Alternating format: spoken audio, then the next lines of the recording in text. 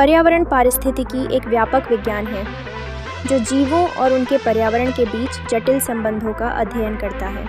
यह हमें बताता है कि कैसे मनुष्य, जानवर, पौधे और सूक्ष्म जीव एक साथ अपने वातावरण में सह अस्तित्व रखते हैं। इन जीवों का एक दूसरे पर निर्भरता का एक गहरा ताना बाना होता है जो पारिस्थितिकी तंत्र की सच्ची जीवंतता को दर्शाता है। जब हम जंगलों, संतुलित जल निकायों और भूमि के विभिन्न रूपों पर नज़र डालते हैं तो हमें यह महसूस होता है कि हर जीव की अपनी एक भूमिका होती है।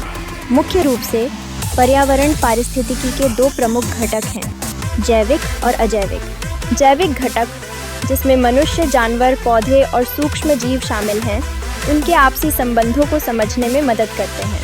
यहाँ शिकार और शिकारी के बीच का संबंध अत्यंत महत्वपूर्ण है। दूसरी ओर अजैविक घटक, जैसे हवा, पानी और तापमान, जीवन के लिए आवश्यक स्रोत प्रदान करते हैं।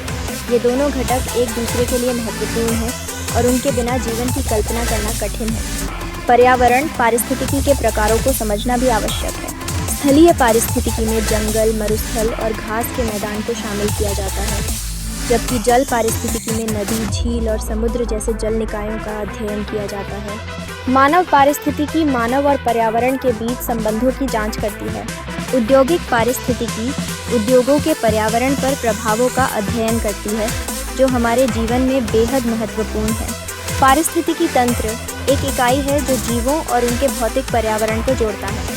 इसमें उत्पादक, उपभोक्ता और अपघटक शामिल हैं। उत्पादक जैसे पेड़ पौधे सूर्य की रोशनी का उपयोग कर भोजन बनाते हैं, जबकि उपभोक्ता जानवर होते हैं जो अन्य जीवों को खाते हैं। अपघटक मृत जीवों को विघटित करने का कार्य करते हैं, जिससे प्राकृतिक चक्र चलता रहता है। पारिस्थितिकी का महत्व बहुत बड़ा है। यह न केवल जैव विविधता को बनाए रखता है, बल्कि प्राकृतिक संसाधनों के संतुलित उपयोग को सुनिश्चित करता है। इसके माध्यम से हम जलवायु परिवर्तन से निपटना और प्रदूषण पर नियंत्रण करना भी सीख सकते हैं। लेकिन वर्तमान में पर्यावरण पारिस्थितिकी कई समस्याओं का सामना कर रही है, जैसे वनों की कटाई, जलवायु परिवर्तन और प्रदूषण, जो हमारे लिए गंभीर चिंताएं हैं। इन समस्याओं का समाधान कर पाना अब हमारी जिम्मेदारी बन गया है।